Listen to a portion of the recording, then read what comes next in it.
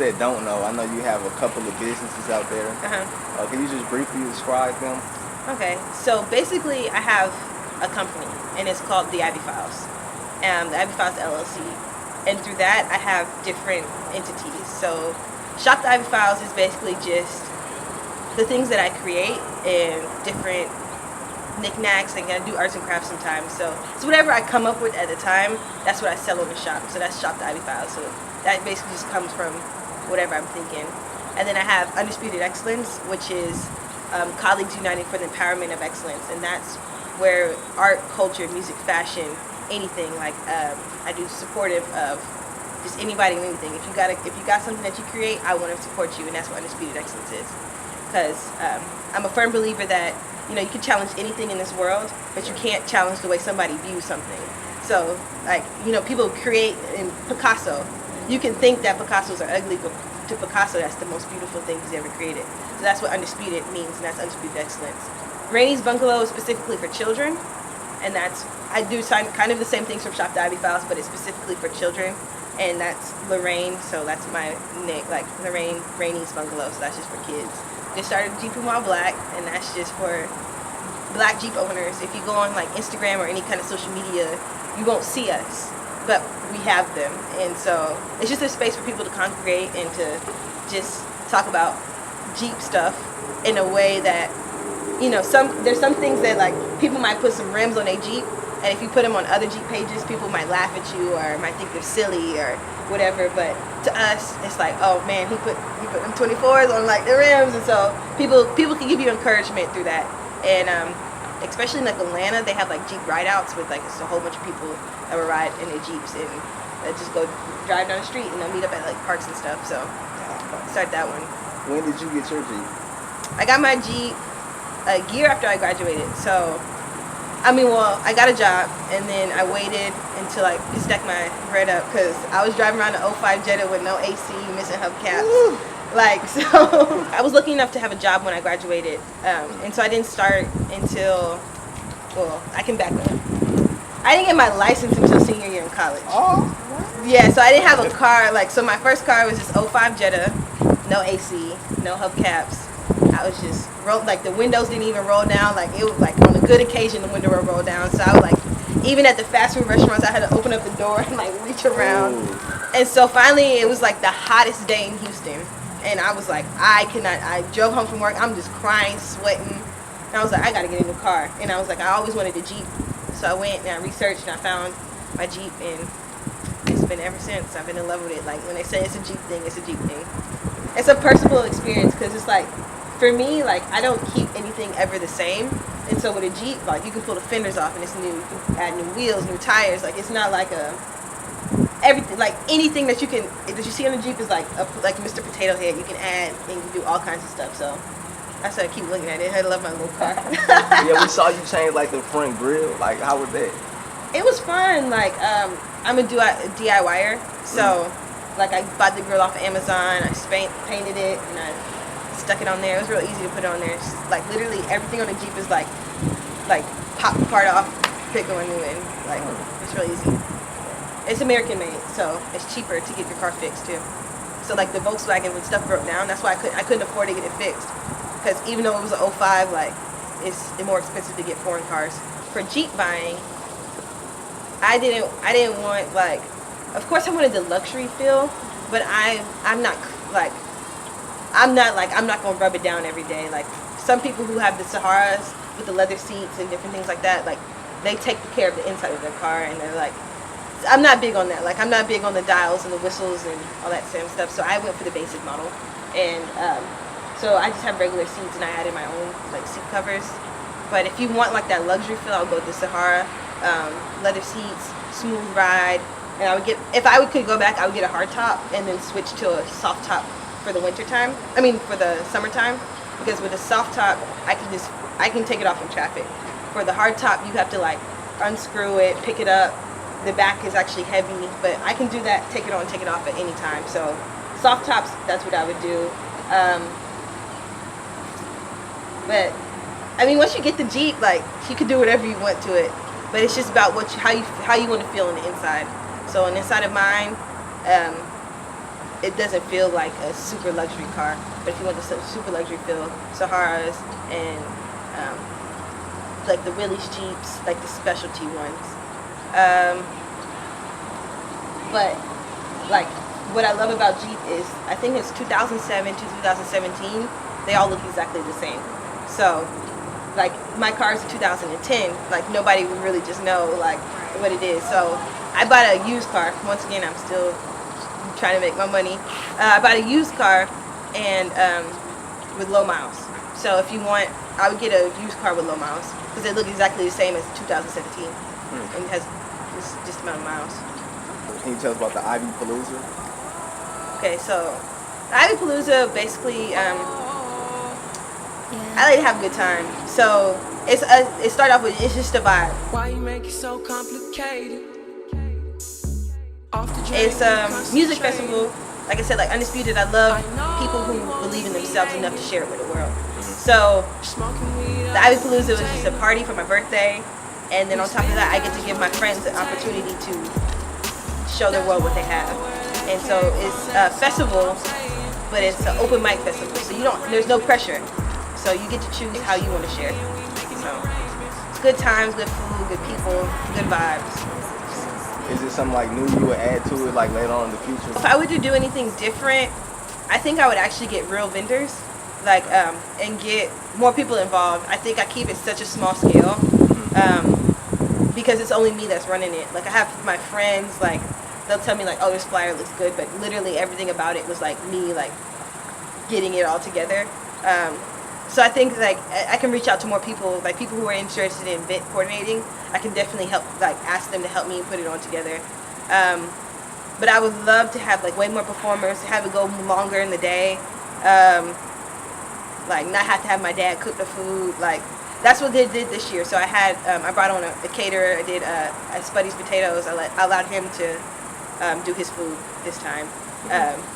So just getting more people involved. I didn't go to the first one, but as far as the second one, I didn't know that it was just you that coordinated most of everything. So it was pretty, I enjoyed myself. Yeah, the first one was a little bit more different because it was a lot more people I didn't know. Because I didn't know, like a lot of people who performed this year were the same people who performed last year. So it was a little bit more scary for me the first year because I'm like, I don't know these people, I don't know who they're going to bring, I don't know their crowd. Yeah. So it was different because it was like new, but this was like I think more people were more comfortable. They had been their second time there. Like they knew to bring their chair, their blanket, their cooler, and different things like that. So that was cool. What other ways do you plan on helping others with your brand? So with the melanin collection, the reason why I brought this one out is because I was seeing that like people, when you saw the pictures on Instagram and social media and different things like that, it was mostly dark-skinned people when people would be like, oh, their melanin is popping. And, you know, we all have melanin. All black people have melanin. Like, I'm a scientist by nature. Like, melanin is literally a chemical that we all have in our skin. And so what I wanted to do with this one was to show all shades. And being a brown-skinned girl, I wouldn't be considered dark-skinned. I wouldn't be considered light-skinned unless I'm around people who are dark skinned or they're light skinned. Like, I kind of feel like sometimes brown skinned girls are left in the middle when it comes to like the big argument of dark skins versus light skins. We're just in the middle. It depends on who we're standing by, determines or what time of the year it is. If it's summertime, I'm darker. If it's wintertime, I may get in with the beginning of the shades, like, you know. Right. So I just wanted to give something where everybody felt like they could be included. And so yeah, so I did from dark to light. Originally this was like a pink color, but it didn't look good when it was being put on other things. So, and they really don't go in order on, it kind of, like this one is actually lighter than this one. So I had to make it look good, but the whole part was like the shades. So I wanted to give everybody an opportunity to see themselves in melanin because I feel like it was going in the wrong way, like where it was just like only dark-skinned people or only people who were noticeably darker has it. But no, we all have this pigment. We're all protected from the sun in any kinds of ways. So yeah, I started off with kids. I started off with children because one, I couldn't afford to do the big patches yet.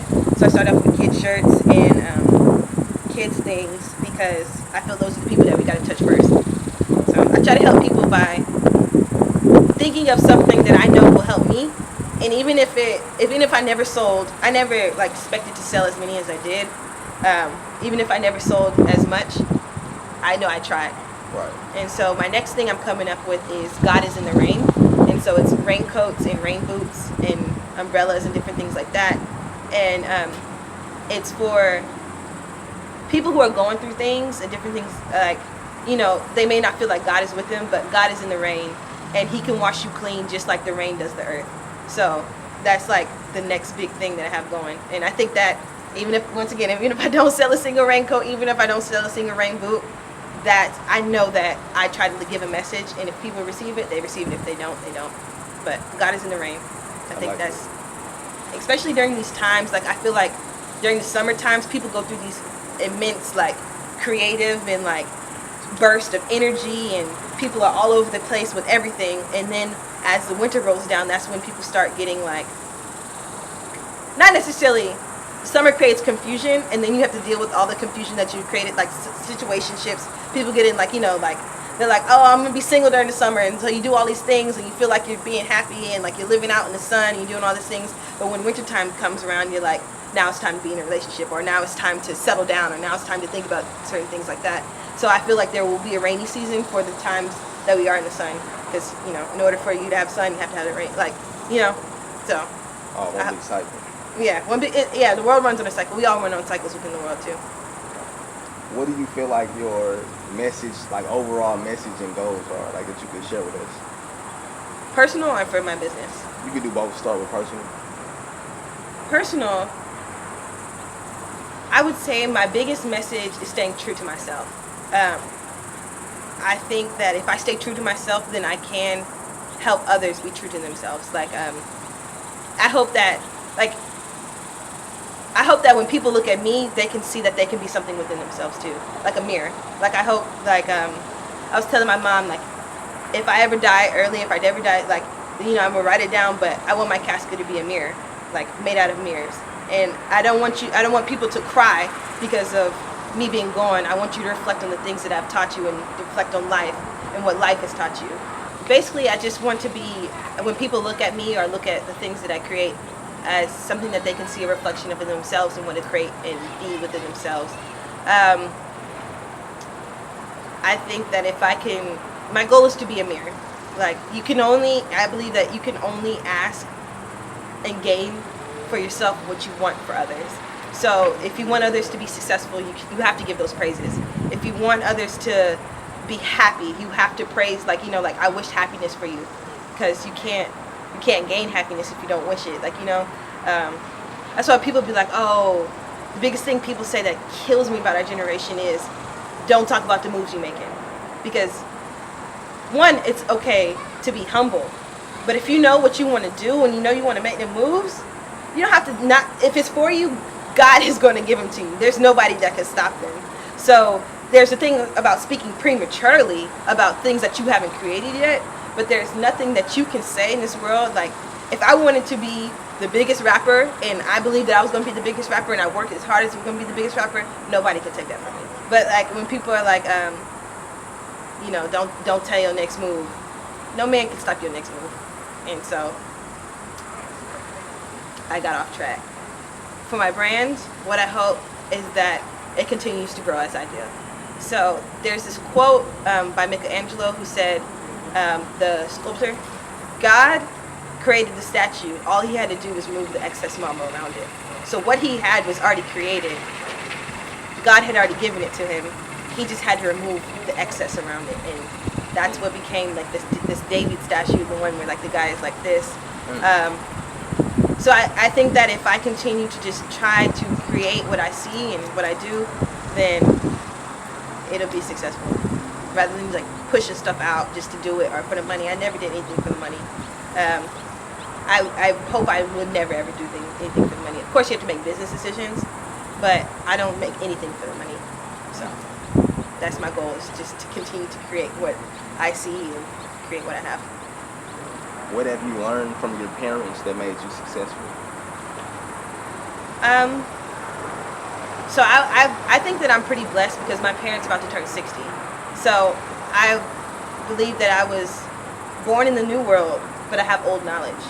So one thing specifically that I've learned from my father is like patience and like logical thinking about things, and trying to think about the bigger picture whenever I look at anything. Like before I get angry, it's like, why am I really angry? What is really truly making me angry? What is the problem? So logical thinking, the love of life, your word is your bond, what you say you do. And for my mom, I think I've learned sustainability and the legacy factor. So when I was Miss Prairie View, my platform was legacy, leaving everlasting gifts of art and culture for the years. And that's just like, what you do now should live forever. And what you're doing should live forever, because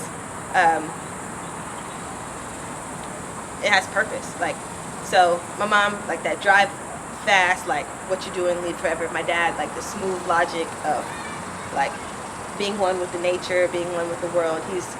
He never got to go to veterinary school, but he's a farmer, and he has we have a ranch. That's the ranch that had Ivy Blues on. He has his animals.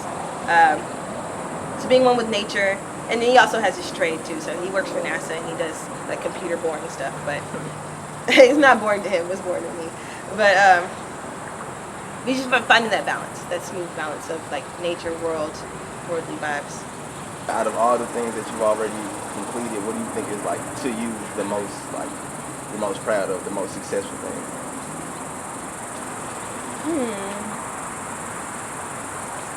I would have to say, in the very beginning, when I was doing a lot of like custom pieces for people, yeah, like graduation and all those custom things for people, would just be seeing like their vision come alive. So like they give me an idea and I produce, and it's exactly what they needed or what they wanted, because it never existed before, you know. So it was just something in their mind and helping them create those things. So like with the Prairie View shorts, like if they want to see it, yeah, like just getting these manufactured. Like I saw the idea, and then like finding the person to make them, and I got these actually made in Pakistan, and it was just like, you know, finally seeing that final product. So I guess like just bringing anybody's visions alive is really what I'm really proud of. It's just taking something and making it, an idea, and making it into something that tangible that you can see. Indeed. What change do you notice from the beginning of starting Ivy Files to now? I have to say, like, I've changed. For the most part, I've made like a wise woman once told me that like every 10 years you decide who you're going to be. So as I transition into these 20s and like these 20 somethings, I feel like I've reached a calmness, whereas I used to be like the first person, like, let's take shots, like just for the simple fact to take them. Now I just take them because it's fun. But like where like that's all I lived for was like the party, the fast, the moving. Like this means just what it's gonna mean. That's like, you know. But now as I'm moving into, it's like, what am I doing? The sustainability factor. So as I'm changing, the brand has changed. So where I was like doing things for like a week, I only got this for a week. I only got these hats for a week, or I'm only doing this like graduation, only doing this for a week, like graduation shirts. I'm only doing that. I've gotten to more sustainable things. But I've like really changed a lot. I think mentally, physically. You know, get out of college. Like I never got to freshman 15, but I got to the graduate 35. Yeah.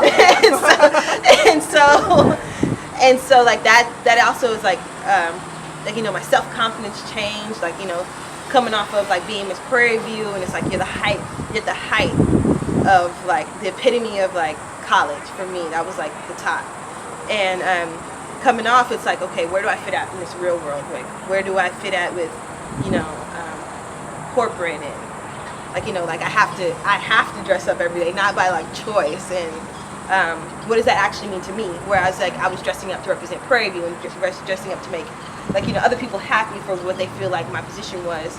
Now what does that mean to me? Like, so I went through like this rebel phase of like I didn't get my nails done for 6 months. Like I was wearing my natural hair. Like I didn't wear heels. Like you can ask my friends. Like I was like, I'm not going to the club because I'm not wearing heels. Like do I have to wear heels? I'm not putting them on. So so now I'm like transitioning back into like the like getting my nails done and like making sure my hair is done and like my makeup is done, because it was just like where it was forced upon me. Now it's something that is like, now it's my choice. So as I continue to grow, I'm continuing to see beautiful things, because I would have never came up with God is in the Rain when at the beginning. And I think that also comes from like a personal journey of like going through all of that, and it's like God never left me through that, so I can't leave him through this. Right. So as far as God is in the Rain, when are we looking to see that? It's coming. It's coming. I mean, I have a few prototypes. I'm not in love with them yet, so until I'm absolutely in love with them, then that's when I'm gonna push them out. And then it's still kind of hot. Like, people aren't wearing raincoats right now, so I think once we get a little tinge of cool weather, I'm gonna pop them off. Yeah, it's coming. Yeah, it's gonna be cute. It's gonna be cute, and it's gonna have those African touches to them. That's really what I'm trying to how I'm gonna exactly do that. Because I don't want to be so like, I love being black, I love like melanin, and I love all of that stuff, but I don't want to be so so exclusive that other people don't feel like they can be included. Like, I don't know. You know, I don't know. Yeah. You go to this HBCU and you feel like super like pro like brown skin, but you know, we all here like, you know. So I don't want people to feel like they're out of that, because we all have melanin. So this summer you've been traveling a lot. Yeah. Any advice from travelers before the summer ends? Go to Jamaica. I would say for traveling, because I do travel a lot. I would say just go on a whim. Like, if your schedule is not tight, go. Like, even if it's like a Saturday through Tuesday or Friday through Sunday. Like, if you can get most of my funnest trips have been like, I booked it the Monday before. I have no trips that I've actually like planned for. So I bought my flight to Jamaica 2 weeks before I left. Like, so I saw a good deal, and you see a good deal, you just go with it, and you never know what you learn. So good deals, Airbnb, Uber, Lyft. But yeah, if you see those flight deals, go. Like, I went to Denver. I think my flight was like $54. Stayed for like Sunday through Wednesday, or like Sunday through Tuesday, or I think it was Friday through Monday or something like that. And it was like, how can you not pass up a $50 flight? Right. You get your Airbnb for like, you get your friends, $100 a night, split it up, boom. Like, that's more than a regular flight, you know? So the best time to go look, Tuesdays, 1:30 our time is when I go look. PM? Yeah, PM. I did a little research, and I seen like 3 words that I guess they like describe you. Can you just briefly describe why though? And that was self-discovery, meditation, and inner peace. Self-discovery, inner peace, and meditation. I think that if you don't have a grasp on those things, that you won't be able to get in touch with who you are and who you're meant to be. So, like, meditation is so important, because that's when I create. Like, I don't ever sit down. I've never sat down with a pen and paper and like, this is what I'm going to make today. Like, through meditation and like through finding out who I am, that's how I've created things. Yeah, so I've never been to the chalkboard. I've always go to my mind. And I think when you have a complete grasp of who you are and what you want to do, even though you may not have the plans, even though you may not have the general idea of how you're going to get it done, if you understand who you are and your capabilities, and when you are tried, you're able to like solve it.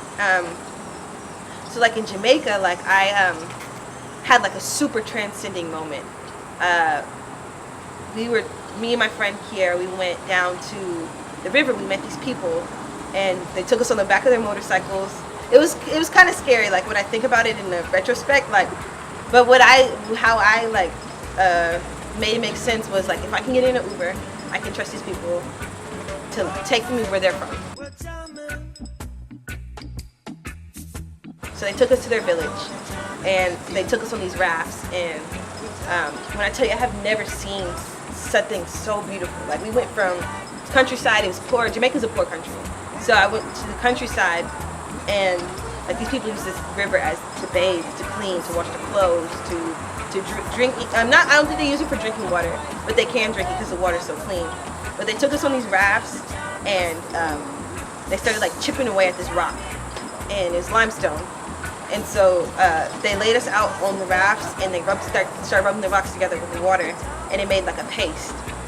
And they took the paste and like massaged us and like put it like all over our bodies in like a very respectable, like kind of like ceremonial type way. And I don't even think they realized what they were doing, at least to me. And so like I wrote this poem not too long ago, and it was like I wanted to wash in the river of Jordan. And because sometimes I feel like I'm overrated and underrated at the same time. I'm over-debated and under-debated at the same time. And I think as millennials, I wish I brought the poem because I don't remember it all the way, but I think that that's a lot of some things that we go through. It's like, you know, we're in this time of like, who are we supposed to be? And I'm at where I'm going. Like, I got this real job, and it's like, what is this real job going to do for me after I got this degree, or after I got, like, you know, where I'm supposed to be? So like, I wanted to have this like reawakening, rewashing experience. Not quite a baptism, because like, you know, baptism with God and like in the church, and that's what it seemed like, but the original baptisms were in the river. And so let me backtrack because I get off note. So they washed us down, like they put the mask all over us, the limestone. It's like two rocks, literally two rocks, and they just dip it and rub the rocks together, and it made like this cream. They called it like a cream. And like it exfoliated us, like I have like videos, and you can watch my YouTube. I have a video of my travel journey, and so it dried and it got hard, and then we jumped in the water, and like it was the cleanest water ever, and like washed myself off, and like when I got up, like the world was brighter, everything was brighter, like it was beautiful, like it was beautiful. And when I got back on the raft, like 2 dragonflies landed on me. And I don't know if y'all understand like the symbolism for dragonflies. Dragonflies don't stop often at all. Like, it's not often that dragonflies land on one particular thing. So if they land on you, that means that you have luck, that you're lucky. Or and what they represent on like totem poles and different things like that is that they are for change, a new perspective. Like an emotional enlightening, and so that was like my cue with nature. That was like what I was doing. Like, you know, I felt it, but like, you know how people are like, I need a sign to where I can lead him, like you know. So that was like my sign of like I'm anew, and I often reference like myself to a phoenix. Are you familiar with what phoenix birds are? So like, for those who aren't familiar with phoenix birds are a cyclical animal, and they self-combust. And so when it's time for them to self-combust, they build a nest of aromatic woods. So they go pick, and like, you know, they put all their stuff together, and then when it's time, they sit in the nest and they go on fire. And then from the ashes, a new bird is born. The same bird, but you have the same knowledge, but you're reborn. And so, and that really touches me, because my mom originally wanted to name me Phoenix, but her and my dad couldn't agree on names. Like, my dad wanted to name me Mary, and my mom wanted to name me Phoenix. So those are like two opposite spectrums. They ended up with Ivy. But I don't know, like I just felt like for a long time before I had left that I had been building this nest because I wanted to be different. I wanted to think different. And in order to be different, you have to change how you think about the world. And so like coming up out of that water and like coming off that mask and like these newfound people, good food, good times, it was really good. Really good. So what other places do you like travel to so far? I've done like the touristy things. I would say that was my first true trip out of the country, because I went to Cancun, but I only stayed on the resort, so I didn't really get like full like different city vibe. But I've done the Miamis, the LAs, the New Yorks, Denver, New Orleans. I've done like the travel-y things. But I've been traveling since I was little. Like we used to always do road trips. So that was my first like true trip, big girl trip out of the country, no parents, just me and my best friend. Is there anything you want to leave your viewers with? I have to say like thank you. Like thank you to anyone who believes that, you know, what I'm making is like cool or they think it's nice. Because like, you know, like I said, like I don't do it because I want other people to like think it's cool or like want to make the money off of it. So I definitely appreciate anyone who's ever like supported me, given me encouragement, who's believed. Because like on my business cards and what I do with every order is I send a thank you note and I handwrite the thank you note and I thank them for their support and that may they rock their melanin forever. Specifically with that melanin connection, I don't know what I'm gonna do with Goddess and Rain collection. I do think I'm gonna do a thank you note, but I don't know how I'm gonna write it out. But just thankful. Like I'm very thankful for the people that believe, because they don't know me. Like, you know, and they trust me with their not only their money, but like just trust me to give them a good product. So I always want to say thank you. Tell them how to reach you. You can reach me on Twitter at TheIvyFiles, Instagram at TheIvyFiles, and you can Instagram shop TheIvyFiles and TheIvyFiles.com. Well, there we have it.